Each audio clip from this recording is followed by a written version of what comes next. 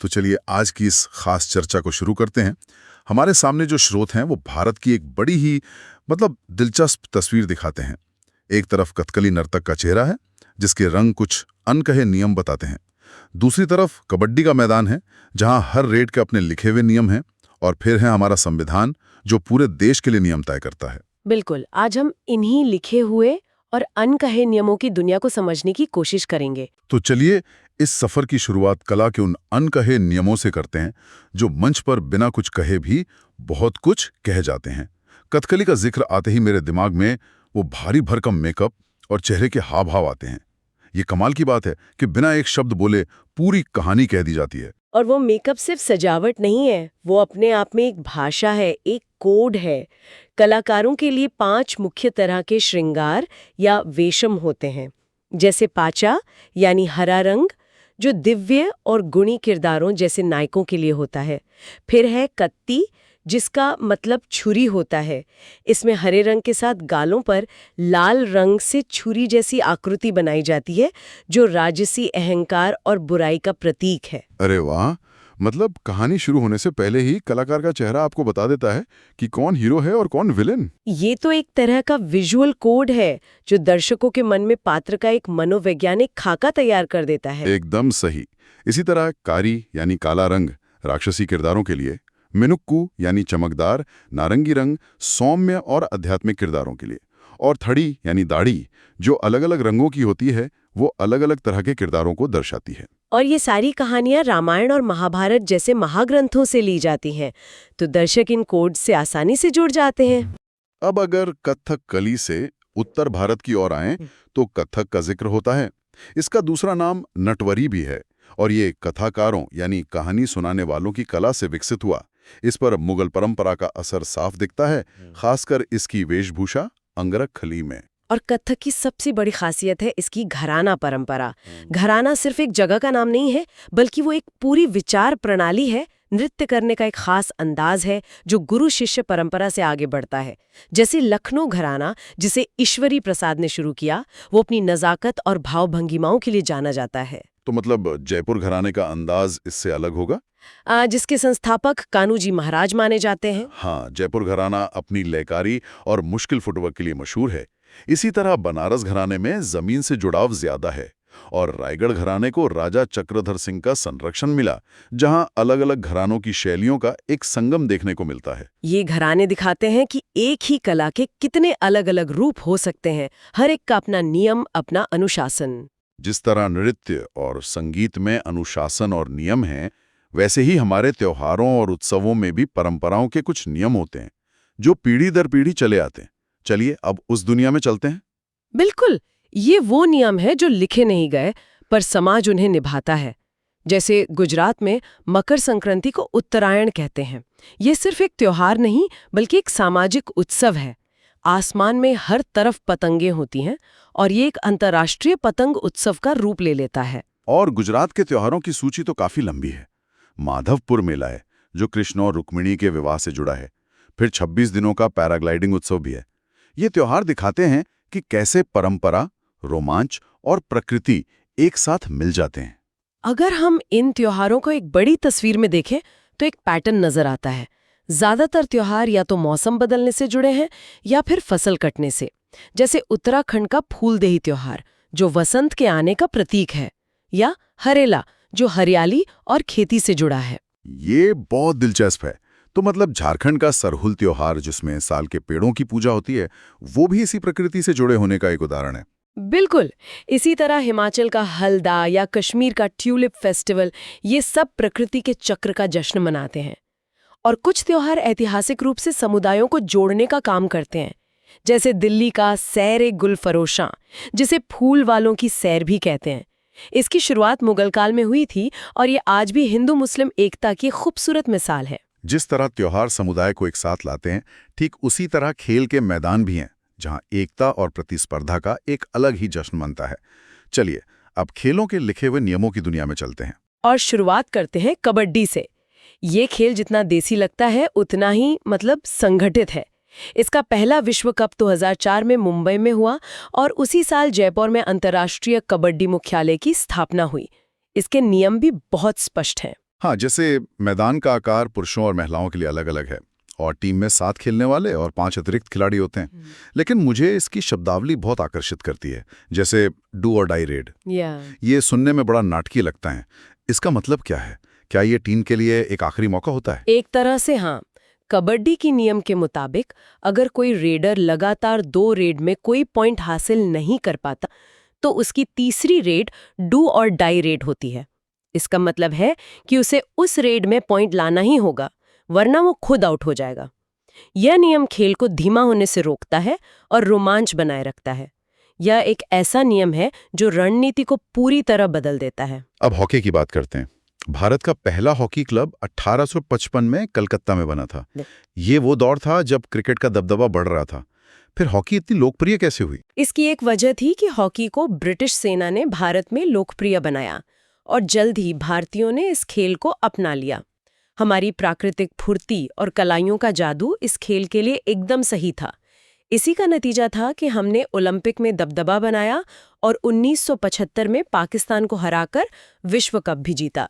उस टीम के कप्तान अजीत पाल सिंह थे। और इस खेल के तकनीकी नियम भी बहुत सटीक होते हैं, जैसे मैदान की चौड़ाई 55 मीटर या गेंद का वजन।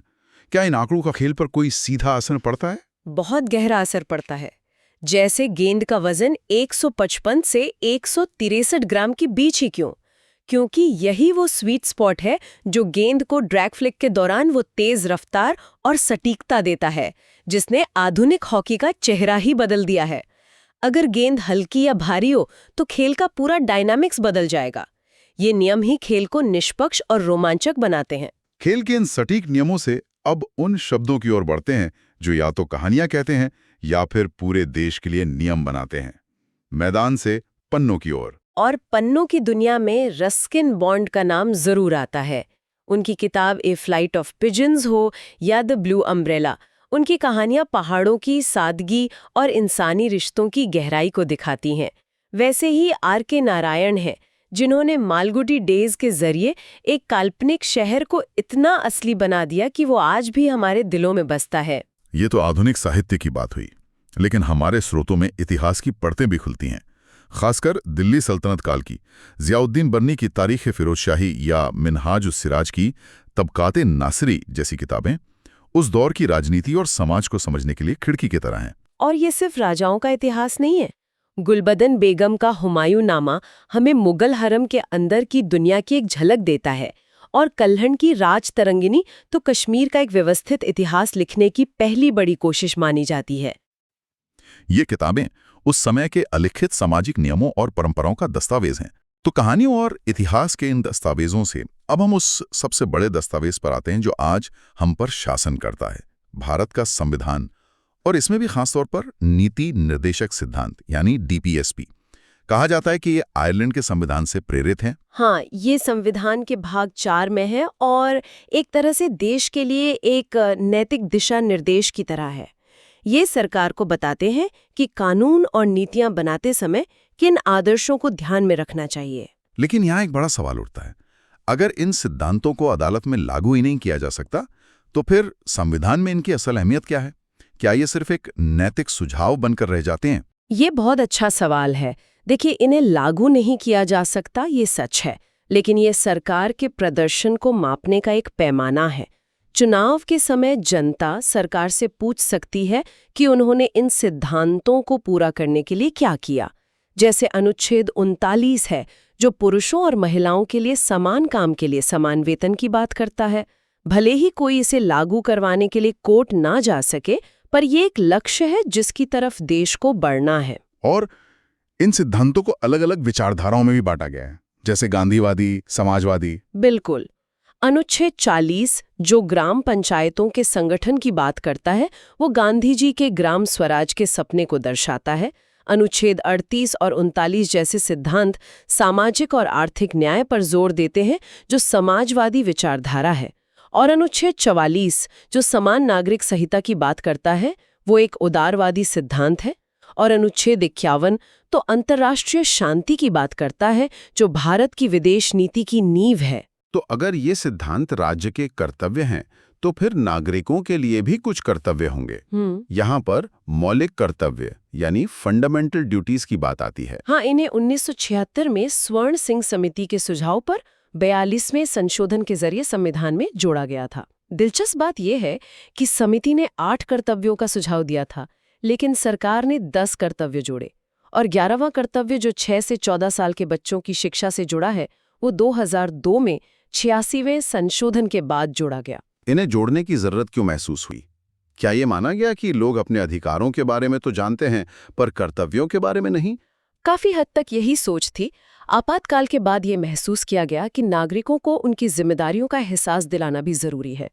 इनमें से कुछ कर्तव्य तो आज के समय में और भी ज्यादा प्रासंगिक हो गए हैं, जैसे अनुच्छेद 51A(e) जो भाईचारे की भावना को बढ़ावा देने और महिलाओं का सम्मान करने की बात करता है, और अनुच्छेद 51A(i) जो सार्वजनिक संपत्ति की रक्षा करने और हिंसा से दूर रहने का कर्तव्य बताता है। ये सिर्फ कानूनी बातें नहीं बल्कि एक बेहतर समाज बनाने की जिम्मेदारियां हैं। स्रोत में विजयनगर साम्राज्य का जिक्र है और खास तौर पर राजा कृष्णदेवराय का। सवाल यह है कि उनका संबंध किस वंश से था? कृष्णदेवराय तुलु वंश के थे। पर यहाँ एक और दिलचस्प बात है। क्या? स्रोत बताता है कि विजयनगर पर शासन करने वाले वंशों का एक क्रम था। पहले संगम, फिर सालुव, फिर ये तुलु वंश आया और आखिर में अराविडु। अच्छा, मतलब साम्राज्य एक ही रहा, लेकिन सत्ता संभालने वाले परिवार बदलते रहे। हाँ। ये तो अपने आप में दिखाता है कि उस दौर में राजनीतिक स्थिरता बनाए रखना कितना मुश्किल रहा होगा। बिल्कुल सही पकड़ा आपने। ये दिखाता है कि विजयनगर सिर्फ एक वंश का राज नहीं था, बल्कि एक राजनीतिक सत्ता थी जो अंदरूनी बदलावों से गुजरते हुए भी मतलब करीब 300 साल तक टिकी रही। और कृष्णदेव राय इस दौर के शिखर माने जाते हैं। हाँ, वो सिर्फ एक योद्धा नहीं थे, एक बहुत बड़े विद्वान भी थे। उन्होंने तेलुगु में अमुक्तमाल्यद नाम का एक महाकाव्य लिखा। अच्छा, इसीलिए उनके दौर को तेलुगु साहित्य का स्वर्ण युग भी कहते हैं ना? जी बिल्कुल। उन्होंने नागलबूर जैसा शहर भी बसाया और उनके दरबार के अष्टदिग्गज, जिनमें से एक नाम तो हम सब जानते हैं, तेनालीराम। हाँ वही तेनालीराम, अपनी चतुराई और हाजिर जवाबी के लिए मशहूर। तो देखिए, एक ही राजा के जिक्र से हमें उस दौर के वंश, राजनीति, साहित्य सबकी एक झलक मिल गई। विजयनगर से कहानी आगे बढ़ती है और मुगल काल में आती है। यहाँ बाबर के बारे में एक ऐसे युद्ध का जिक्र है जिसके बारे में ज्यादा बात नहीं होती, सरे पुल का युद्ध। हाँ, पानीपत और खानवा तो सब जानते हैं, लेकिन ये युद्ध बहुत महत्वपूर्ण है। क्यों? क्योंकि ये भारत आने से पहले बाबर के संघर्ष की कहानी कहता है। इस युद्ध में उन्हें शैबानी खान ने बुरी तरह हराया था। शायद इसी हार ने उन्हें मध्य एशिया से ध्यान हटाकर भारत की ओर देखने पर मजबूर किया। और उनकी वंशावली भी तो कमाल की है, एक तरफ तैमूर और दूसरी तरफ चंगेज खान। जी, मतलब दुनिया के 2 सबसे बड़े विजेताओं का खून उनकी रगों में था। हर उनकी किताब बाबरनामा, वो भी कोई मामूली किताब नहीं है। स्रोत में लिखा है कि वो चगताई तुर्की भाषा में लिखी गई थी। ये दिलचस्प है क्योंकि ज्यादातर लोग मुगल दरबार की भाषा फारसी को ही मानते हैं। हाँ, ये एक आम गलतफहमी है। बाबर की अपनी भाषा चगताई तुर्की थी। जहां तक भारत में उनके युद्धों की बात है, तो स्रोत में उनका एक क्रम दिया गया है जो बहुत जरूरी है। 1526 में पानीपत, फिर 1527 में खानवा, 1528 में चंदेरी और 1529 में घाघरा। ये सिर्फ लड़ाइयों की लिस्ट नहीं है, ये भारत में मुगल साम्राज्य की नींव के पत्थर हैं। बाबर के बाद उनके बेटे हुमायूं, उनकी कहानी तो और भी ज्यादा नाटकीय है। स्रोत में तुलादान नाम की एक प्रथा का जिक्र है जिसे हुमायूं ने शुरू किया था। ये क्या था? तुलादान एक शाही प्रथा थी। इसमें बादशाह को सोने, चांदी या दूसरी कीमती चीजों से तौला जाता था और फिर वो सारी दौलत गरीबों में दान कर दी जाती थी। बिल्कुल। लेकिन हुमायूं का जीवन उतार चढ़ाव से भरा था। वो 1530 से 1540 तक बादशाह रहे, फिर उन्हें 15 साल के लिए देश छोड़कर भागना पड़ा। और यही कहानी में शेरशाह सूरी की एंट्री होती है। सही। 1539 में चौसा और 1540 में कन्नौज के युद्ध में शेरशाह ने हुमायूं को हराया और सूरी साम्राज्य की स्थापना की। उनका शासनकाल सिर्फ 5 साल का था, पर उन्होंने जो सुधार किए, उनका असर आज तक दिखता है। स्रोत में पट्टा एवं कबूलियत व्यवस्था का जिक्र है। ये क्या था? सुनने में तो किसी जमीन के सौदे जैसा लगता है। आप काफी करीब हैं। ये भूमि प्रशासन की एक शानदार व्यवस्था थी। पट्टा सरकार की तरफ से किसान को दिया जाने वाला एक दस्तावेज था, जिसमें जमीन और लगान का ब्यौरा होता था। और कबूलियत? कबूलियत किसान की तरफ से एक सहमति पत्र था कि वो ये लगान चुकाएगा। इसने बिचौलियों को खत्म कर दिया और किसान का सीधा रिश्ता राज्य से जोड़ दिया। ये तो उस जमाने के लिए क्रांतिकारी कदम था। निश्चित रूप से। और उनका चलाया चांदी का रुपया भी तो है, जो आज हमारे रुपए की बुनियाद है। शेरशाह ने जमीन को नापकर जो प्रशासन की नींव रखी, वो दिखाता है कि किसी भी सत्ता के लिए जमीन पर नियंत्रण कितना जरूरी है। और जमीन की बात हो ही रही है तो चलिए भारत के भूगोल को देखते हैं। वाह, क्या बढ़िया तरीका है इतिहास को भूगोल से जोड़ने का। तो स्रोत में हिमालय के कुछ दर्रों को पूर्व से पश्चिम के क्रम में लगाने के लिए कहा गया है। ये दर्रे सिर्फ रास्ते तो है नहीं, इनका सामरिक महत्व भी तो बहुत होता होगा। बिल्कुल, ये साम्राज्यों की सीमाएं तय करते थे, व्यापार के रास्ते थे, सेनाओं के आने जाने का जरिया थे। स्रोत के मुताबिक सही क्रम है, सबसे पूर्व में अरुणाचल प्रदेश का बॉमडिला, फिर सिक्किम का नाथुला, उसके बाद उत्तराखंड का लिपुलेख, और इन सब में सबसे पश्चिम में हिमाचल प्रदेश का शिवकीला। स्रोत में और भी कई दर्रों के नाम हैं, जैसे बनिहाल, रोहतांग। इतने सारे नाम याद रखना तो मुश्किल है। कोई ऐसा खास तथ्य है जो इन्हें समझने में मदद करे? हाँ बिल्कुल, लिस्ट रटने की जगह उनके महत्व को समझते हैं। जैसे शिवकीला दर्रा सिर्फ हिमाचल को तिब्बत से नहीं जोड़ता, बल्कि सतलज नदी इसी दर्रे से भारत में आती है। एग्जैक्टली। तो ये दर्रे सिर्फ इंसानों के लिए नहीं, बल्कि नदियों के भी प्रवेश द्वार हैं। इसी तरह नाथुला दर्रा, वो तो भारत चीन व्यापार का एक बहुत बड़ा केंद्र है। सही। तो इस नजरिए से देखें तो ये सिर्फ पहाड़ों के बीच के रास्ते नहीं, बल्कि देश की जीवन रेखाएं हैं। और इन पहाड़ों और दर्रों का असर तो मौसम पर भी पड़ता होगा। स्रोत में कुछ स्थानीय हवाओं और बारिश के बारे में एक सवाल है। इसमें काल बैसाखी का जोड़ा राजस्थान से बनाया गया है, जो कि गलत है। हाँ, वो तो बिल्कुल गलत है। काल बैसाखी का मतलब ही है वैशाख के महीने की तबाही। ये बंगाल और असम में आने वाला एक तेज तूफान है। इसका राजस्थान के रेगिस्तान से कोई लेना देना नहीं। जरा भी नहीं। स्रोत में जो सही जोड़े दिए गए हैं, वे भारत के मौसम की एक खूबसूरत तस्वीर दिखाते हैं। जैसे आम्र वर्षा या मैंगो शावर। हाँ, ये केरला में मानसून से ठीक पहले होने वाली बारिश है, जो आमों को जल्दी पकने में मदद करती है। फिर उत्तर भारत में गर्मियों में चलने वाली लू है। और कर्नाटक की मंजरी बुछारें भी हैं, जो कॉफी के बागानों में फूलों को खिलने में मदद करती हैं। ये सब दिखाता है कि भारत में बारिश सिर्फ एक घटना नहीं है, बल्कि हर इलाके की अपनी एक अलग लय है। मौसम और पानी की बात हो रही है तो जंगलों की बात भी कर लेते हैं। स्रोत में भारत के मैंग्रोव स्थलों का जिक्र है। ये मैंग्रोव होते क्या है और इतनी जरूरी क्यों है? मैंग्रोव एक तरह से ऐसे पेड़ पौधे होते हैं जो खारे पानी में, यानी समुद्र तटों पर उगते हैं। ये जमीन और समुद्र के बीच की दीवार हैं, जो सुनामी और तूफानों से तटीय इलाकों की रक्षा करते हैं। तो ये बहुत जरूरी इकोसिस्टम है। बहुत ज्यादा। स्रोत के अनुसार कोरिंगा मैंग्रोव आंध्र प्रदेश में है, वेम्बनाड केरल में, पुलिकट तमिलनाडु में और विक्रोली महाराष्ट्र में। स्रोत में वन रिपोर्ट के कुछ आंकड़े भी हैं।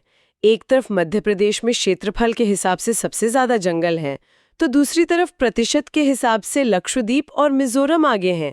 इन दो अलग अलग आंकड़ों का क्या मतलब है? ये बहुत महत्वपूर्ण अंतर है। मध्य प्रदेश एक बहुत बड़ा राज्य है, तो कुल जंगल का एरिया ज्यादा होना स्वाभाविक है। लेकिन लक्षद्वीप एक छोटा सा द्वीप समूह है, जिसका 90% से ज्यादा हिस्सा जंगल है। अच्छा। और मिजोरम के भी लगभग 85% हिस्से पर जंगल है। तो ये प्रतिशत हमें बताता है कि उस राज्य की जमीन का कितना हिस्सा पर्यावरण के लिहाज से स्वस्थ है।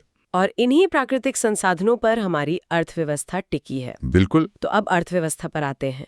स्रोत में एक बहुत गहरा सवाल है कि 1991 के आर्थिक सुधारों के बाद कृषि क्षेत्र में गिरावट क्यों आई?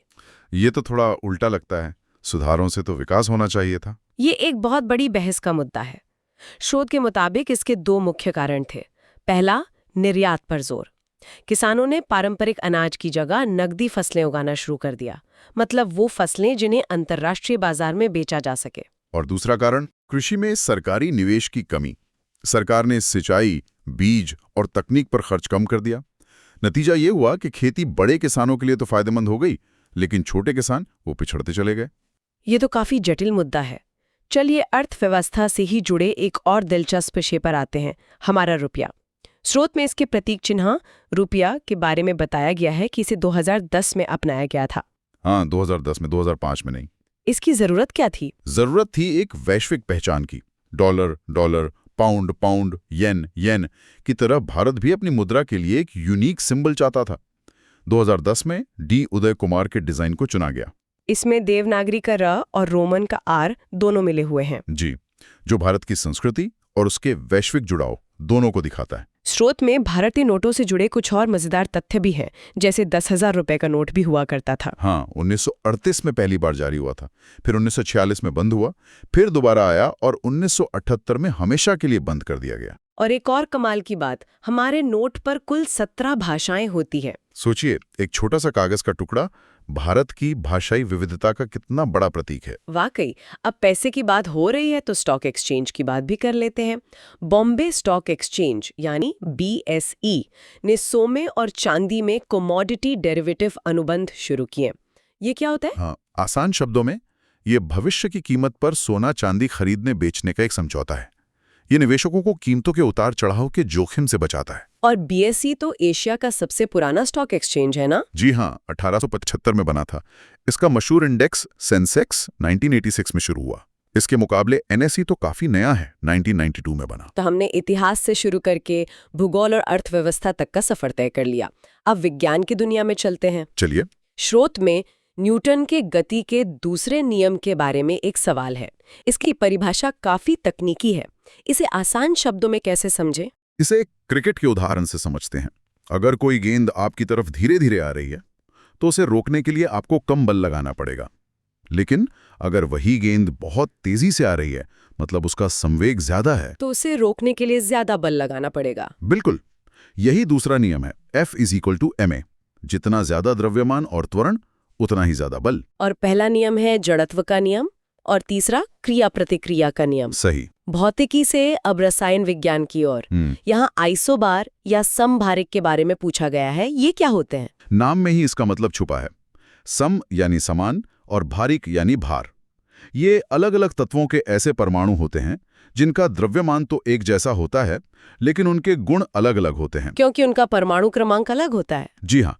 स्रोत में इसका एक उदाहरण भी है, आर्गन और कैल्शियम। दोनों का द्रव्यमान 40 है, लेकिन आर्गन का परमाणु क्रमांक 18 है और कैल्शियम का 20। और इसी का उल्टा होते हैं आइसोटोप या समस्थानिक। हाँ, जिनमें परमाणु क्रमांक तो समान होता है पर द्रव्यमान अलग अलग। जैसे हाइड्रोजन के 3 आइसोटोप, प्रोटियम, ड्यूटेरियम और ट्रिटियम। और अब आज की चर्चा का आखिरी सवाल, जो जीव विज्ञान से है। फाइकस रिलिजियोसा किस पेड़ का वैज्ञानिक नाम है? यह हम सबके देखे हुए पीपल के पेड़ का नाम है। रिलिजियोसा शब्द शायद इसलिए जोड़ा गया क्योंकि भारत में इसका बहुत ज्यादा धार्मिक महत्व है। स्रोत में नीम का वैज्ञानिक नाम भी दिया है, अज़ाडिरेक्टा इंडिका। जी। तो आज हमने विजयनगर साम्राज्य की राजनीति से लेकर न्यूटन के नियमों की भौतिकी तक और हिमालय के दर्रों से लेकर हमारे रुपए के चिन्ह तक की एक जबरदस्त यात्रा की। ये वाकई दिखाता है कि सामान्य ज्ञान के ये अलग अलग दिखने वाले टुकड़े असल में एक बड़ी तस्वीर का हिस्सा हैं। बिल्कुल, हर तथ्य अपने आप में एक दुनिया समेटे हुए है। पर इन्हीं जोड़ने से न सिर्फ परीक्षा में मदद मिलती है, बल्कि अपने देश और दुनिया को देखने का हमारा नजरिया भी गहरा होता है। आज हमने पीपल और नीम के वैज्ञानिक नामों की बात की। ये हमें सोचने पर मजबूर करता है। कैसे? स्रोत के आखिरी स्लाइड में एक सवाल पूछा गया है, सरसों का वैज्ञानिक नाम क्या है? इस पर जरा सोचिए। हम हर रोज सरसों का तेल इस्तेमाल करते हैं, लेकिन हम में से कितने लोग जानते हैं कि इसका एक वैश्विक वैज्ञानिक नाम भी है? ये दिखाता है कि हमारे आसपास की सबसे साधारण चीजों के पीछे भी एक व्यवस्था, एक वर्गीकरण का सिस्टम काम कर रहा है। और ये सिस्टम हमें प्रकृति को समझने में मदद करता है। बिल्कुल, ये सिस्टम हमें प्रकृति की अनगिनत चीजों को समझने और सहेजने में कैसे मदद करता है। यह एक दिलचस्प सवाल है जिसके बारे में सोचा जा सकता है।